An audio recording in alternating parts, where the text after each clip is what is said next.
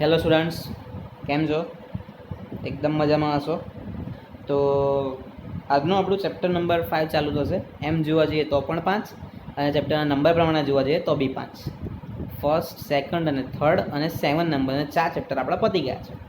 5મા number પર ચાલુ કરીએ છીએ આપણે ગરીબી અને બેરોજગારી. આ બે ચેપ્ટર તમને 5મા અને 6ઠ્ઠા નંબર પર આપણી બુકની અંદર મળી જશે. બંને ચેપ્ટરની અંદર ઘણી બધી સમાનતાઓ છે. બંને એકબીજા જોડે જોડાયેલા છે. વસ્તી પણ આ લોકો જોડે જોડાયેલી છે, જે આપણે જોયું જ કે ભાઈ વસ્તીનો શું પ્રોબ્લેમ છે, વસ્તીના લીધે કેટલા પ્રોબ્લેમ અરાઇઝ થાય છે. ગરીબી બી મોસ્ટલી વસ્તીના લીધે જ છે.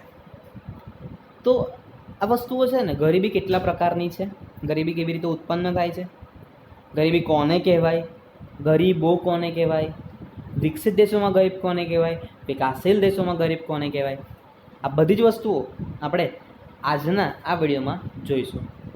તો ફર્સ્ટ ઓફ ઓલ તો આપણે ગરીબી, મેં તમને મનમાં અત્યારે વિચારવાનું કહું કે ભાઈ ગરીબ કોને કહેવાય, તો તમને વિચાર આવશે કે જેની પાસે ખાવા પીવાના પૈસા નથી તે, રાઈટ.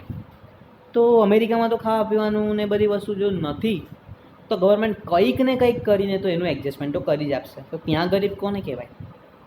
આ 2 પોઈન્ટ તમારે યાદ રાખવાના કે ઇન્ડિયામાં તો બહુ બધા મળી જશે એવા, બટ વિકસિત દેશોમાં ક્યાં શોધવા જશો? અને મળશે બી તો એના જે બેઝિક પ્રોબ્લેમ્સ છે તે, અને ઇન્ડિયન પબ્લિકના બેઝિક પ્રોબ્લેમ્સ છે તે, એમાં આસમાન જમીનનો ફરક હશે, રાઈટ. તો આવી રીતે જ આપણે ગરીબીનો જે કન્સેપ્ટ છે તે આપણે ડિટેલમાં જોઈશું. પ્રસ્તાવના, પાઠ ભણીને પસ્તાવના, એટલે સૌથી પહેલાં એની પ્રસ્તાવના ભણી લેવાની. ગરીબી અર્થતંત્રમાં પ્રવર્તતી એવી પરિસ્થિતિ છે જેમાં સમાજનો એક વર્ગ પોતાની પાયાની લઘુત્તમ જરૂરિયાતો પણ સંતોષી શકતો નથી. ગરીબી એટલે રોટી, કપડાં, મકાન, પાયાની જરૂરિયાતો. મૂવી પણ બની ગયું છે, બરાબર, અમિતાભ બચ્ચનનું. સરસ છે, જોજો કે દુનિયામાં સૌથી વધારે જરૂરી છે રોટી, કપડાં અને મકાન. એ જરૂરીમાં જરૂરી છે. તો એ જો નહીં મળતું તો એ વર્ગને કયો વર્ગ કહેવાય? ગરીબ વર્ગ કહેવાય. મોટાભાગના વિકાસમાન દેશો, વિકાસમાન એટલે જ વિકાસશીલ, યાદ રાખજો. માથાદીઠ આવકનું નીચું પ્રમાણ, આવકની અસમાન વહેંચણી જોવા મળે છે. આવકની અસમાન વહેંચણી છે ઇન્ડિયાનો બહુ મોટો પ્રોબ્લેમ છે. ઇન્ડિયામાં પૈસા નથી એવું નથી, પૈસા છે પણ જેને જોઈએ છે ને એની પાસે નથી. જેની પાસે ઓલરેડી એટલા બધા છે ને એના વધવધ કરે છે.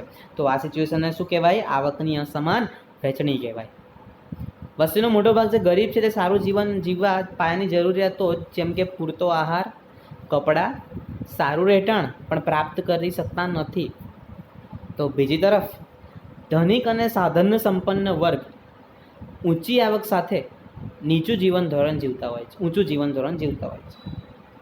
અર્થતંત્રમાં જોવા મળતી આ આર્થિક સમાનતાને કારણે સમાજમાં અસંતોષ, અશાંતિ, ઈર્ષ્યાભાવ તેમજ વર્ગ વિગ્રહ જેવી પરિસ્થિતિ જોવા મળે છે. માનવ વિકાસ અહેવાલ 1997 મુજબ આર્થિક વિકાસ તે સાધન છે અને માનવ વિકાસ તે ધ્યેય છે. આર્થિક વિકાસ સાથે ગરીબીમાં પણ ઝડપથી ઘટાડો થાય તે અપેક્ષિત છે. જ્યાં સુધી સમાજમાંથી આવકની અસમાનતા અને ગરીબીમાં ઘટાડો ન થાય ત્યાં સુધી આર્થિક વિકાસ સાચા અર્થમાં કહી શકાય નહીં. આ સંદર્ભમાં ભારતમાં આયોજન કાળ દરમિયાન ગરીબી નાબૂદીના ધ્યેયને આયોજનના એક મહત્ત્વના ધ્યેય તરીકે પણ સ્વીકાર્યો છે. ખાસ કરીને 5મી પંચવર્ષીય યોજના અને તે પછીના પંચવર્ષીય યોજનાઓમાં ગરીબી નાબૂદી માટેની વ્યૂહરચના હેઠળ ખાસ કાર્યક્રમો અને યોજનાઓ શરૂ કરવામાં આવી છે, પરંતુ આ લક્ષ્યાંક મુજબનો ઘટાડો કરી શકાયો નથી. તો શું કહેવા માંગે છે? તો કે ઇન્ડિયામાં જે ક્રાઇમ છે કે જેટલા બી પ્રોબ્લેમ અરાઇઝ થાય છે એનું રીઝન શું? તો કે માણસને જેવી જિંદગી જીવવી છે એવી જ જીવી નહીં શકતો. જો એને જોઈએ છે એ બધું જ મળી જતું હોત તો એ આવા ક્રાઇમ કે એવું કશું ના કરતો. વધારે પડતા રૂપિયા અમુક લોકો પાસે આવવાથી લોકોમાં ઈર્ષ્યા ભાવ જાગે અને એના લીધે પણ ક્રાઇમનો રેશિયો વધવા માંડે. અને આ જ બધા પ્રોબ્લેમ્સના લીધે ભારત લડી રહ્યો છે. તમે જુઓ ને, તમારામાંથી જ કેટલા બધા એટલા ગરીબ હશે કે જે આપણે ફીસ, સ્કૂલની ફીસ, ક્લાસની ફીસ આપણે બરાબર રીતે ભરી નહીં શકતા. જ્યારે કેટલા એવા હશે કે એક સામટી ભરવાથી પણ એમને કોઈ એટલે કે જરા પણ ફરક પડતો નથી. તો આ જે બે વર્ગ છે ને, બે વર્ગ વચ્ચે જે ડિફરન્સ ક્રિએટ થાય, જે પ્રોબ્લેમ્સ ક્રિએટ થાય, એનું એ જે છે ને એ માનવ વિકાસ છે કે ના થવું જોઈએ. દેશમાં શાંતિ હોવી જોઈએ, જે વિકસિત દેશમાં બહુ જ જોવા મળે. ખબર પડે છે શું કહું છું? તો એવી જ રીતે આપણે ગરીબીનું ચેપ્ટર આપણે ભણવાનું છે. તો પહેલાં આપણે ગરીબીનો અર્થ જોઈ લઈએ, પછી ગરીબીમાં નિરપેક્ષ ગરીબી. બે પ્રકારની ગરીબી હોય, નિરપેક્ષ ગરીબી અને સાપેક્ષ ગરીબી. નિરપેક્ષ એટલે આપણા દેશની ગરીબી છે ને એને નિરપેક્ષ ગરીબી કહેવાય, અને સાપેક્ષ ગરીબી એટલે જે બીજા બધા જે develop country, America, Russia, Japan, develop country કહી શકો તમે એને, તો એ લોકોની ત્યાં જે ગરીબી છે એને કઈ ગરીબી કહેવાય? સાપેક્ષ ગરીબી. જે ટોપિક આવશે એટલે હું તમને સમજાવીશ. સૌથી પહેલાં આપણે ગરીબીનો અર્થ જોઈ લઈએ. જ્યારે સમાજનો એક મોટો વર્ગ પોતાની પાયાની લઘુત્તમ જરૂરિયાતો સંતોષી શકતો નથી, તે પરિસ્થિતિને ગરીબી કહેવાય. જો સમાજનો આ મોટો વર્ગ ન્યૂનતમ જીવન ધોરણથી પણ નીચું જીવન ધોરણ ધરાવતો હોય ત્યારે સમાજમાં વ્યાપક ગરીબી છે તેમ કહી શકાય. એક બેઝિક વસ્તુ છે કે 2 રોટલી, થોડુંક એક ઝૂંપડા જેવું મકાન કે જ્યાં મારું પાણી પણ ના પડે ને રહેવા માટે સરસ જગ્યા મળી જાય, પાણી પીવાનું ચોખ્ખું મળી રહે પીવા માટે, બરાબર. તો આ બધી વસ્તુ એક બેઝિક જરૂરિયાતો છે, એનો આપણને તો કોઈ ફરક નહીં પડતો. પણ હજી પણ દેશના ઘણા બધા લોકો પાસે એ વસ્તુ નથી, અને નથી ને એ જ કહેવાય ગરીબી, બરાબર. વિશ્વમાં મોટાભાગના દેશોમાં ગરીબીનું અર્થઘટન કરવાના પ્રયાસો થયા છે, પરંતુ ગરીબી એક સાપેક્ષ ખ્યાલ હોવાથી તેનો અર્થ સમય, સ્થળ અને સમાજ બદલાતા બદલાવો થતા રહે છે. ગરીબી માટેના મોટાભાગના અર્થઘટનોમાં સમાજના એક સરેરાશ જીવન સ્તરને ધ્યાનમાં લઈ સમાજમાં પ્રવર્તમાન અસમાનતાઓને દર્શાવવામાં આવે છે. તેથી વિકસિત અને વિકાસશીલ દેશોમાં ગરીબોને નક્કી કરતા ધોરણોમાં તફાવત જોવા મળે છે. આ સંદર્ભમાં ગરીબીના જુદા જુદા અર્થઘટનોને 2 ભાગમાં વહેંચાય: ગરીબીનો પરંપરાગત અર્થ અથવા આવક ગરીબી, અને ગરીબીનો આધુનિક વર્ગ એટલે કે બિન આવક ગરીબી. આ તમારે બહુ ધ્યાનમાં લેવાની જરૂર નથી, પણ તો પણ યાદ રાખવાના કે ગરીબીના કેટલા ખ્યાલ ધ્યાનમાં અત્યારે લે છે, કે જૂનો એટલે કે આવક ગરીબી, અને અત્યારે એટલે આધુનિક જે કન્સેપ્ટ છે એટલે કે બિન આવક ગરીબી. ગરીબીના આવક અભિગમ મુજબ જીવન જરૂરી ચીજવસ્તુઓ અને સેવાઓને ખરીદવા માટે નક્કી કરવામાં આવક કે ખર્ચની લઘુત્તમ સપાટી એટલે કે ગરીબી રેખા. અંડરલાઇન કરી રાખજો, 1 માર્ક્સની અંદર પૂછાતો હોટ ફેવરેટ ક્વેશ્ચન છે, ગરીબી રેખા કોને કહેવાય? તો જોયો છો તમે, ગરીબી રેખા કોને કહેવાય? જીવનની જરૂરી ચીજ વસ્તુઓ અને સેવાઓ ના મળે, એનાથી ઓછી મળે તો એને શું કહેવાય? ગરીબી કહેવાય, રાઈટ. અને એ જે રેખા ડિસાઇડ કરી હોય કે ભાઈ આટલું તો મળવું જ જોઈએ અને ના મળે તો એને કહેવાય ગરીબી રેખા.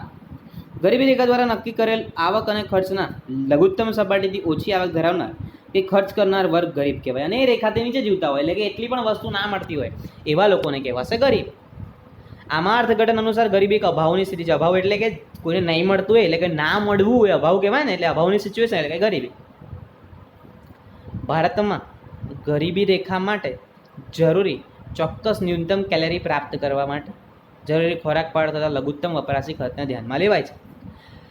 પરંતુ આ પદ્ધતિથી નક્કી થતી ગરીબી રેખાની મર્યાદા એ છે કે ફક્ત અપૂરતા ખોરાકની કે ભૂખમરાની સ્થિતિ દર્શાવે છે. ગરીબી ફક્ત ભૂખમરાની સ્થિતિ નથી, લઘુત્તમ સરેરાશ જીવન ધોરણના ખ્યાલ ઉપરાંત અન્ય બાબતો જેમ કે કપડાં, રહેઠાણ, શિક્ષણ, આરોગ્ય, સ્વચ્છતા, પીવાનું સ્વચ્છ પાણી વગેરે પણ સમાવેશ થાય છે. અને તેથી જ ગરીબીના આધુનિક અભિગમને બિન આવકનો ખ્યાલ મહત્વનો બને છે. પહેલાં શું હતું?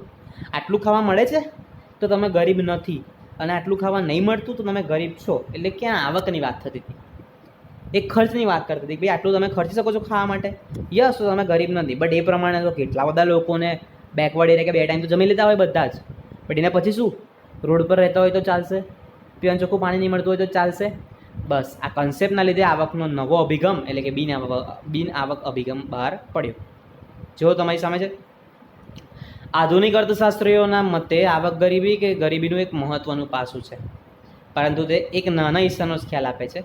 કાર્ય કરવાની તથા પસંદગી માટેની જે સ્વતંત્રતા ધનિકો પાસે છે તે ગરીબોને ક્યારેય હોતી નથી. આ સંદર્ભમાં ગરીબોનો પૂરો ખ્યાલ મેળવવો ફક્ત આવકના સંદર્ભમાં વંચિતતાનો નહીં, પરંતુ માનવ જીવનની ઘણી બધી પાસાઓ જેમ કે જ્ઞાન, લાંબુ સ્વસ્થ જીવન, સારું જીવન ધોરણ, વ્યક્તિની સ્વતંત્રતા, તકોની ઉપલબ્ધતા અને પસંદગી તથા સ્વાભિમાન સાથે ગૌરવપૂર્ણ જીવન જીવવાનો, આ બધી જ વસ્તુનો ગરીબીના સમાવેશ થાય છે. ગરીબ કોણે કહેવાય? એ પછી 15,000 કમાઈને ગાળો ખાતો હોય કોઈ મોટા માણસની તો એ ગરીબ જ છે. એવું આધુનિક આવકનો અભિગમ સમજાવે છે કે ભાઈ એટલું બધું ભણ્યો છે, એટલું બધું સારું કર્યું, છતાં પણ કોઈની નીચે વધારે પગારની લાલચમાં ગાળો ખાઈને જીવે છે તો એ ગૌરવપૂર્ણ, સન્માનપૂર્ણ જીવતો નથી. અને એ જ છે ગરીબી. એ નવા બિન આવક અભિગમમાં દર્શાવે છે અને એ જ સાચી વાત છે. સંયુક્ત રાષ્ટ્ર વિકાસ કાર્યક્રમ યુએનડીપી યુનાઇટેડ નેશન્સ ડેવલપમેન્ટ પ્રોગ્રામના માનવ વિકાસ અહેવાલમાં માનવ વિકાસ આંક, જે ભણી ગયા માનવ ગરીબી આંક, જે તમારા ભણવામાં નથી બટ છે એવું આંક ની ગણતરીમાં મુખ્ય 3 બાબતો જ્ઞાન, આરોગ્ય અને સાવધ જીવન ધોરણનો સમાવેશ થાય. તમે ભણી ગયા બીજા ચેપ્ટરની અંદર, યસ. જેમાં જ્ઞાન અને સાક્ષરતા દર અને નોંધણીનો દર, આરોગ્ય માટે જીવન જન્મ સમય, અપેક્ષિત આયુષ્ય અને સાવધ જીવન ધોરણ માટે કુલ ગ્રહ ઉત્પાદનનો સમાવેશ કરવામાં આવ્યો છે. ઓકે, તો આ વસ્તુઓ છે આરોગ્ય ને બધું. એના પછી ગરીબીનું સ્વરૂપ, એમાં એક જો આ 2 પોઈન્ટ છે. નિરપેક્ષ ગરીબી. ઓકે, આ નિરપેક્ષ ગરીબી આજે આપણા આજના લેક્ચરમાં જોઈ લઈએ છીએ. તો ફર્સ્ટ ઓફ ઓલ નિરપેક્ષ ગરીબી અને સાપેક્ષ ગરીબી મેં તમને કીધું. તો નિરપેક્ષ ગરીબી એક થોડો લોંગ ટોપિક છે, એમાંથી મેં અડધો પાર્ટ અત્યારે લઈ લીધો છે કે નિરપેક્ષ ગરીબી કેવી રીતે મપાય. ઓકે, જીવનની લઘુત્તમ જરૂરિયાતો સંતોષવા માટે જરૂરી ચીજવસ્તુઓ અને સેવાઓ ખરીદવા માટે નક્કી કરવામાં આવેલ બાબત કે ખર્ચની લઘુત્તમ સપાટી એટલે ગરીબી રેખા. આગળ આપણે વ્યાખ્યા જોઈ જ છે. આ ગરીબી રેખાથી ઓછી આવકે ખર્ચ ધરાવતો વર્ગ એટલે કે નિરપેક્ષ ગરીબી. નિરપેક્ષ ગરીબી સંપૂર્ણ ગરીબી તરીકે ઓળખાય છે. નિરપેક્ષ ગરીબીના ખ્યાલથી અર્થતંત્રમાં ગરીબી રેખા હેઠળ નીચે જીવતા લોકોને વર્ગને નક્કી કરી શકાય છે અને આ ખાસ ગરીબ વર્ગની ગરીબી ઘટાડવા લક્ષ્યાંક આધારિત ચોક્કસ નીતિઓ ઘડી શકાય છે. સાપેક્ષ ગરીબી એક ખ્યાલ છે, બટ એ કોઈ કામનો નથી. બિકોઝ મેં 5 લાખ કમાવું છું અને તમે 10 કમાવો છો, દેટ મીન્સ હું ગરીબ થઈ ગયો તમારા કરતાં. આને કહેવાય સાપેક્ષ ગરીબી. એક સિમ્પલ લોજિક સમજો. બટ 5 લાખ કમાવું છું તો 5 લાખમાં બી મેં બહુ સારી લાઈફસ્ટાઈલ જીવતો હશે, ભલે તમારા જેટલી મોટી નહીં, બટ તો પણ સારી લાઈફસ્ટાઈલ જીવતો હોઈશ ને, તો એને ગરીબ કહેવો યોગ્ય વાત નથી. બિકોઝ એના માટે શું કરી શકાય? કશું ના કરી શકાય, કારણ કે એ આગળ વધશે તો 10 લાખ વાળો 15 પર પહોંચી જશે. મતલબ એક આવક સાપેક્ષ ગરીબી એ સોલ્યુશન માટેનું કશું કરવાની જરૂર નથી.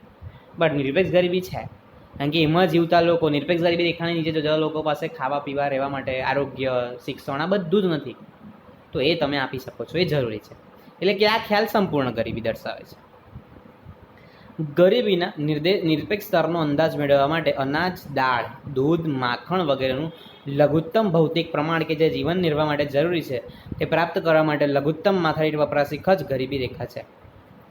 આ લઘુત્તમ માથાદીઠ વપરાશી ખર્ચ નક્કી કરવા આયોજનની શરૂઆતમાં Indian council of medical research દ્વારા ગ્રામ્ય ક્ષેત્રો માટે વ્યક્તિ દીઠ દૈનિક 2400 કેલરી અને શહેરી ક્ષેત્રો માટે દૈનિક 2100 કેલરી નક્કી કરવામાં આવી. આ પદ્ધતિનો આયોજન પંચ દ્વારા 1969માં મંજૂર કર્યો અને 60-61ની કિંમતોના આધાર વર્ષ તરીકે લઈને માથાદીઠ માટે માસિક ₹20 નક્કી કરવામાં આવ્યા. દાંડેકર અને રથે આ કાર્યપદ્ધતિના આધારે ગ્રામ્ય ક્ષેત્રો માટે 60-61ની કિંમતે માસિક ₹15 અને શહેરો માટે 22 નક્કી કર્યો. ત્યારબાદ આયોજન પંચ દ્વારા પ્રોફેસર ડીટી લાકડાવાળાની અધ્યક્ષતા હેઠળ નક્કી કરાયેલ તજજ્ઞ જૂથે 1993 માટે 73-74ની આધાર કિંમતે માથાદીઠ માસિક 49 અને માથાદીઠ માસિક શહેરો માટે 57 વપરાશી ખર્ચ અંદાજ મૂક્યો. હવે તમે એક વસ્તુ વિચારો, આ તમને શું આપ્યું છે ભાઈ કે ભાઈ ગરીબ કોણે કહેવાય? તો કે 2100 કેલરી જેટલું ખાવાનું મળે, હા તો ગરીબ નથી. હવે તમે એક લોજિક વિચારો કે એના સિવાય બી કેટલી બધી વસ્તુ હતી જેને નહીં મળતી હોય, બરાબર ને? તો એ એક વસ્તુ વિચારો, જે માણસ 2400 કેલરી ખાઈ લેતો હોય એ તો ગરીબ છે જ નહીં. તો આપણા દેશમાં એવા કેટલા લોકો છે જેને 2 ટાઈમ જમવાનું સારું મળી રહે છે પણ બીજી બધી સુવિધાઓ મળતી નથી. તો બીજી બધી સુવિધાવાળા ગરીબ નહીં કહેવાય? આ તો એવું જ થયું ને. અને તમે ખર્ચ જો ₹49, ₹57, 1993-94ની વાત કરે ચાલો, એ વખતે બી ₹50ની કોઈ વેલ્યુ નહોતી, એટલે અત્યારે બહુ ઓછી છે, બટ એ વખતે બી ₹50ની એટલી બધી વેલ્યુ નહોતી કે એક માણસ મહિને પોતે જીવી શકે એટલામાં, પણ તો બી હતી કે એને એટલું કમાઈ લેતા હોય. તો વિચારો કે ₹60-70 કમાવાળા તો ગરીબ જ નહોતા. ખબર પડે છે ને? મતલબ ગરીબી શોધવાની રીત જ એવી હતી કે ગરીબો ઓછા આવે. તો પ્રયાસો શું કરવાના? તો બી આ કર્યા પછી બી આપણા દેશમાં 4% ગરીબો, એટલે 104 કરોડ. 4 કરોડ એટલે કે 104 ચાલે, પણ 4 કરોડ કેટલા દેશોની વસ્તી નથી, એટલા લોકો આપણા દેશમાં ગરીબ છે. મતલબ ખોટી વસ્તુ છે, ના હોવું જોઈએ. ગરીબી રેખાની ગણતરીની પદ્ધતિ એક મોટી મર્યાદા એ છે કે એમાં ફક્ત કેલરી વપરાશને જ આધાર તરીકે લેવામાં આવે છે, પરંતુ ગરીબી એક આર્થિક પરિસ્થિતિ છે અને ભૂખ એક શારીરિક પરિસ્થિતિ છે. આથી ગરીબી રેખા ભૂખમરી રેખા બનીને રહી જાય છે. ગરીબી રેખાને ખ્યાલ ગતિશીલ બનાવવા માટે જીવનની ગુણવત્તાનું લઘુત્તમ સ્તર નક્કી કરવું જોઈએ. તે માટે જીવન જરૂરી સગવડો જેવી કે પૌષ્ટિક આહાર, સંતુલિત આહાર, સ્વાસ્થ્ય, વીજળી, રસોઈનું ઈંધણ, કપડાં, શિક્ષણ, ખર્ચ, રહેઠાણનો ખર્ચ બધું સમાવેશ થવું જોઈએ. ગરીબીમાં સીધી વસ્તુ છે કે આ બધી વસ્તુ હોય તો ખબર પડે કે ભાઈ લોકો પાસે શું નથી. પ્રધાનમંત્રી આવાસ યોજના, મુખ્યમંત્રી આવાસ યોજના, ગેસ યોજના, આ બધી યોજનાઓ કેમ છે? તો કે આજે આધુનિક ગરીબીનો આજે અભિગમ અપનાવ્યો ને બધાએ, ત્યારે પહેલાં તો શું ખાવાનું હતું, બે પડીકા આપી તો બે ટાઈમ ખુશ થઈ જશે. બટ એ ગરીબી હટાવી ના કહેવાય, એ તો ભૂખમરાનો ઇલાજ કર્યો. ગરીબી એ આર્થિક સિચ્યુએશન છે, ત્યારે ભૂખમરો એક શારીરિક સિચ્યુએશન છે કે ભાઈ એની શક્તિ નહીં હોય. પણ આપણે આર્થિક એને ટાર્ગેટ કરવાનું છે, એટલે બધી જ વસ્તુને ધ્યાનમાં લેવું પડશે. ઘર, મકાન, વીજળી, શિક્ષણ, સ્વાસ્થ્ય, બધું જ. બરાબર? એવી રીતે આ સંદર્ભમાં ગરીબી માપવાની પદ્ધતિની પુનઃરચના કરવા પ્રોફેસર સુરેશ તેંડુલકરની અધ્યક્ષતાવાળી સમિતિએ પોતાનો અહેવાલ 2009માં સરકારને સોંપ્યો. સમિતિએ ગરીબી રેખાએ નક્કી કરવી નવી કાર્યપદ્ધતિ નક્કી કરી, જેમાં કેલરીના વપરાશ માટે જરૂરી ખર્ચ ઉપરાંત શિક્ષણ, સ્વાસ્થ્ય માટેના ખર્ચનો પણ સમાવેશ કર્યો. જો 2011 માટે માસિક ખર્ચ ગ્રામીણ માટે 816 અને શહેરો માટે 1000 કરી નાખ્યો. એટલે કે હવે કંઈક એ લોકોએ સુધાર્યું. એમ બી આ બી એકદમ પરફેક્ટ નથી, બટ થોડું ઘણું ચેન્જ આવ્યો, જેનાથી ગવર્મેન્ટને ખ્યાલ આવે કે ભાઈ આપણે આટલું ડેવલપમેન્ટની જરૂર છે, આટલા ટ્રાય કરવાની જરૂર છે.